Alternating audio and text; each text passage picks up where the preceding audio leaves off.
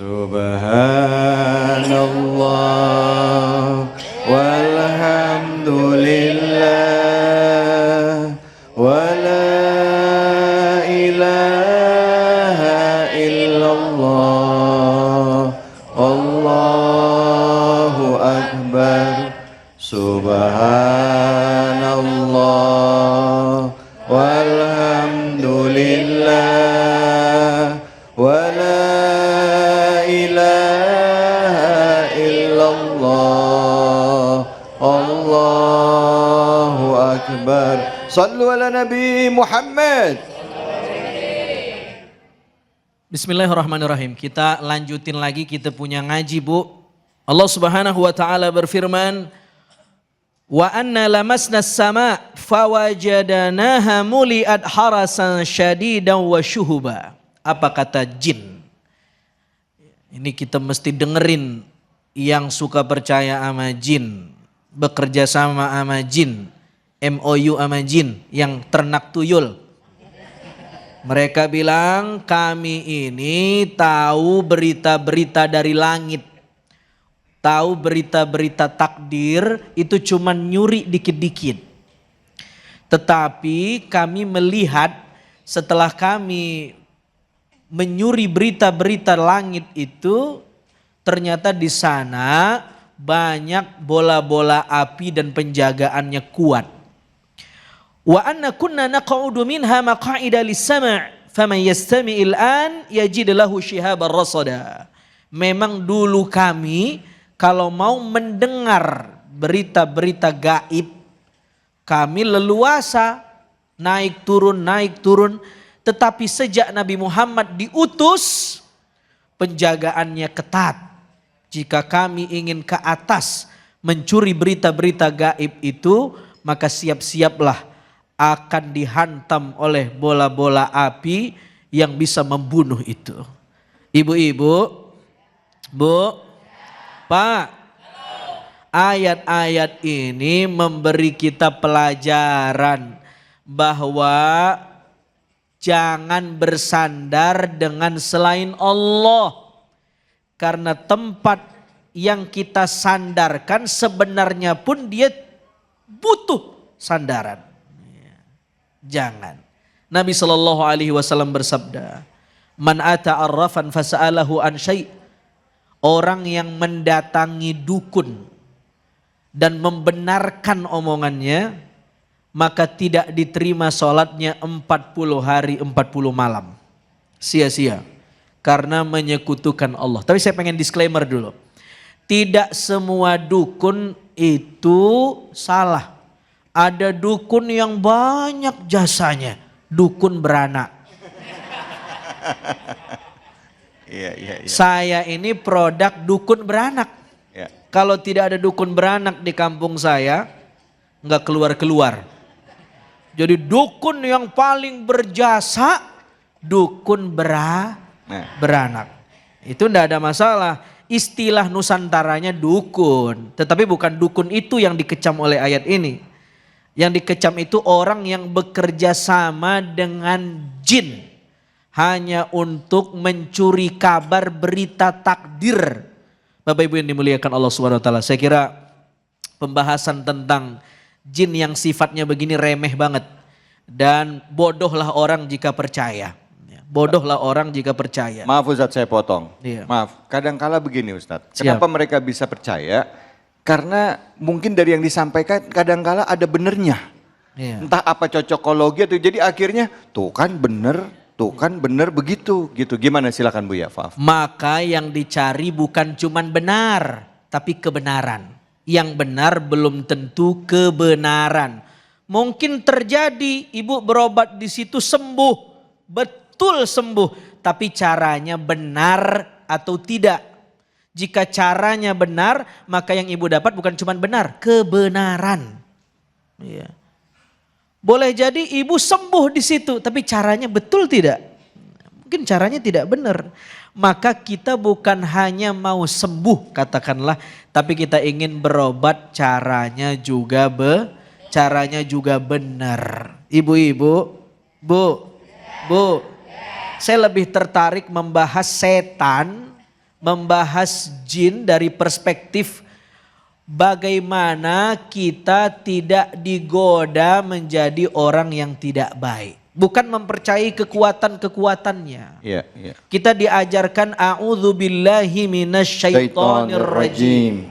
Setan itu diambil dari kata syatona. Maknanya al-bu'du, jauh. Jadi semua yang membuat kita jauh dari Allah namanya setan. Halo, Assalamualaikum. Itu bedanya jin, setan, dan iblis. Kalau jin itu spesiesnya. Sama dengan manusia. Jadi kalau ayat tadi dikutip wa ma khalaqatul jinna wal insa, itu maknanya tidaklah aku ciptakan spesies jin dan manusia kecuali untuk beribadah kepadaku, kata Allah. Jadi jin dan manusia itu spesiesnya. Pemimpinnya namanya iblis. Halo, Assalamualaikum. Dulu namanya Azazil, karena durhaka kepada Allah namanya dirubah menjadi iblis. Lalu setan apa? Setan itu semacam istilah yang bermakna tabiat. Tabiat yang tidak baik namanya setan.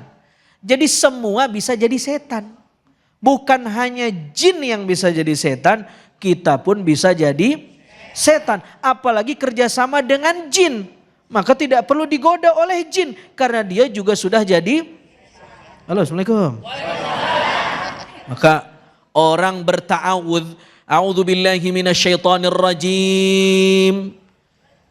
Itu makna normatifnya adalah aku berlindung kepada Allah dari godaan syaitan yang terkutuk. Supaya kita baca Quran pemahaman kita benar. Tidak disusupi oleh setan.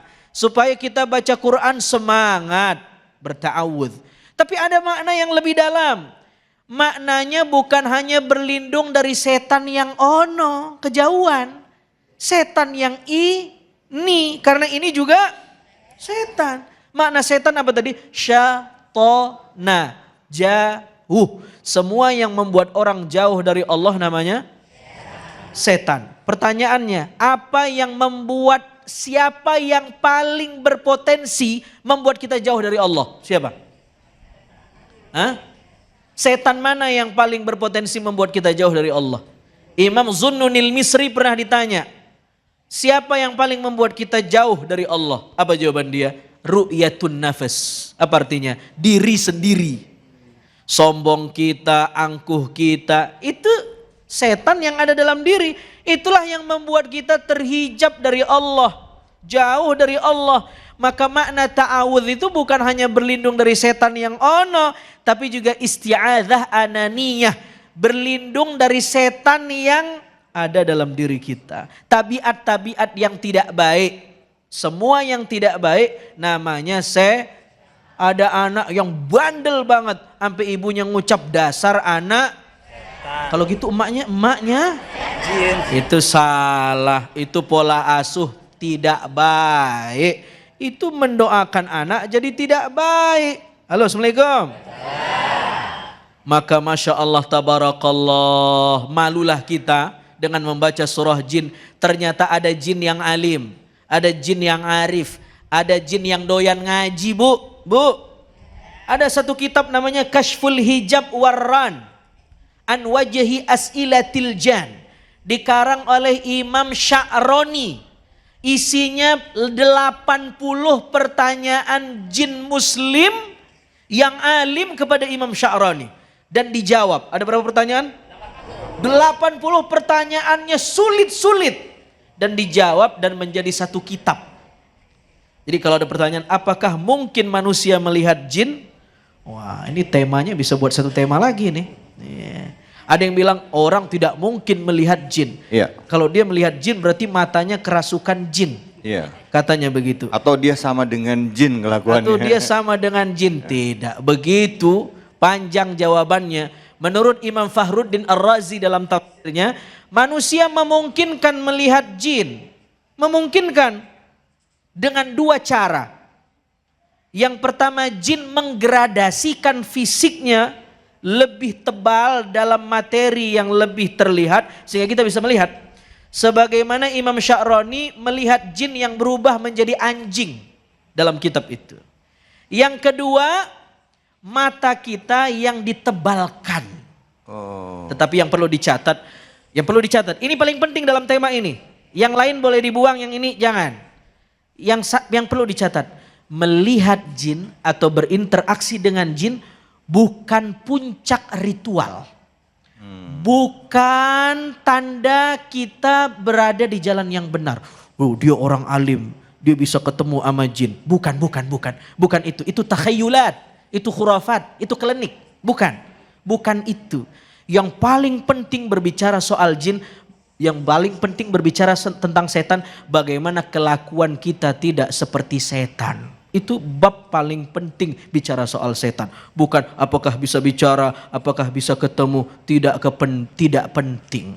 Halo, Assalamualaikum. Halo. Udah segitu aja dah. Baik, Masya Allah. Sampai terkesima gitu ya Ustaz. Baik, Alhamdulillah Bu. Pak. Bahas tentang jin ini memang jadi sesuatu yang menarik karena dalam kehidupan kita sehari-hari, kultur di Indonesia nggak jauh-jauh tuh dari hal-hal seperti itu. Betul apa betul? Ada yang dapat ngelmu ya kan, ngelmu kebal, ada ilmu santet, ada ramalan dan lain sebagainya yang dipercaya di dalam Islam itu pertolongan jin atau setan. Nah, kita akan bahas lebih dalam lagi nanti, tapi kalau misalnya masih menyisakan pertanyaan, silahkan. Ibu atau Bapak yang mau nanya, angkat tangannya, silahkan. Iya, Ibu silahkan. Ibu dulu ya, silahkan. Namanya dan pertanyaannya. Assalamualaikum warahmatullahi wabarakatuh, Ustaz. Waalaikumsalam warahmatullahi wabarakatuh. Ibu namanya siapa, Bu? Saya Ibu Elita dari Majelis Taklim Baitul Mukminin. Ya, Bu Elita silahkan. Izin bertanya, Ustaz. Silakan. Jika jin tidak bisa mendengar pembicaraan langit karena pasti akan dilempar oleh bola-bola api, lalu mengapa sampai sekarang kita masih melihat ada peramal atau paranormal yang ramalannya benar sesuai dengan yang terjadi? Dari mana dia dapat info sementara pintu langit sudah tertutup rapat? Ya. Begitu saja Ustaz, terima kasih sebelumnya. Wassalamualaikum warahmatullahi wabarakatuh. Waalaikumsalam warahmatullahi wabarakatuh. Ustaz, sebelum dijawab, memang sekarang lagi rame ya Bu ya. Kalau setiap awal tahun kalau kita nonton di TV atau media sosial, ada peramal yang selalu berani nyebutin nama. Oh, nanti ada yang meninggal umurnya sekian, artis laki-laki, huruf depannya D lagi saya dong. Depannya D katanya Ustaz ya. Tapi kebetulan benar ya, atau mungkin ada yang begini, ada yang begitu dan itu. Nah, itu bagaimana Ustaz? Dan setiap tahun selalu muncul nih Ustaz. Gitu. Silakan Fadol. Jika Al-Quran mengklaim bahwa jin tidak bisa mencuri dengar di langit, kenapa masih ada paranormal atau dukun yang seolah-olah dia tahu misteri takdir? Ya. Dan seolah-olah benar seolah-olah benar. Ya. Jawabannya bisa banyak. Kalau dari sudut pandang ekonomi, ada penjual, ada pembeli. Kenapa ada paranormal, ada dukun? Karena ada yang beli, ada yang percaya, dan dukun itu profesi dan cukup menguntungkan. Mulai dari kelas bawah sampai politisi datang ke dukun. Betul nggak? Itu jawaban paling pragmatisnya. Tapi yang kedua lebih filosofis. Saya ingin jawab, jika Quran mengklaim bahwa jin tidak bisa mencuri dengar berita gaib, kenapa masih ada paranormal, kenapa masih ada dukun, dan seolah-olah mereka tahu yang gaib. Hari ini saya hidup di mana saya justru lebih ingin jadi orang yang tidak tahu daripada yang serba tahu seperti dukun. Karena untuk menjadi orang yang serba tahu itu mudah. ChatGPT ada, Google ada, dan ilmu-ilmu yang semacam itu bisa dipelajarin aja.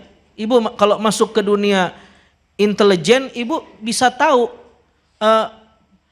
profil orang itu, pekerjaannya, ada ilmunya, dan tidak perlu ke dukun sebenarnya. Itu logik aja, ilmiah aja. Bisa di mapping, bisa di screening, bisa dideteksi lebih dalam, dan seolah-olah orang itu tahu tentang kita. Jadi nggak perlu ke dukun. Ya. Ada, itu ilmu yang biasa aja. Justru saya lebih takjub dengan orang yang tidak tahu semuanya. Menunjukkan dia benar-benar tahu. Kalau dia tahu semuanya gampang sekarang. Bahkan orang sekarang udah gak penasaran dengan yang gaib karena semuanya bisa dilacak. Ilmu apa yang tidak bisa dilihat orang sekarang? ChatGPT, AI, mesin-mesin pintar, lebih pintar dari dukun-dukun. Ya. Jadi kenapa dia seolah-olah tahu? Ya sama pertanyaan kenapa ChatGPT tahu dan orang tahu hidup di hari ini biasa-biasa aja. Ya, bukan itu yang menjadi tolak ukur. Tahu dan tidak bukan itu yang jadi tolak ukurnya. Baik, jadi tolak ukur bukan dilihat dari tahu atau tidaknya, benar atau salahnya yang disampaikan, tapi bagaimana kita meyakini apa yang ada di dalam Al-Quran bahwa kebenaran yang hakiki adalah memang datangnya dari Allah Subhanahu wa Ta'ala, supaya kita tidak tergelincir. Pertanyaan saya Ustadz, karena tadi Ustadz udah singgung ya, tadi udah disinggung sama Pak Dokter tadi, bagaimana kalau kita nggak datang ke orang, tapi kita datangnya ke ChatGPT, misalnya iseng atau misalnya maaf ya sekarang banyak AI ya, Gemini kayak JTB kita nanya begini, bagaimana menurut Anda buatkan analisa yang mendalam tentang saya dan apa yang saya harus lakukan di tahun 2026? Apakah itu termasuk dengan percaya ramalan? Tapi jawabnya nanti. Ustaz. Bagus banget Pak. Saya ingin jawab sekarang. Jawabnya nanti. Ya, baik, yang mana-mana kita akan lanjut lagi. Tetap di Cahaya Hati Indonesia.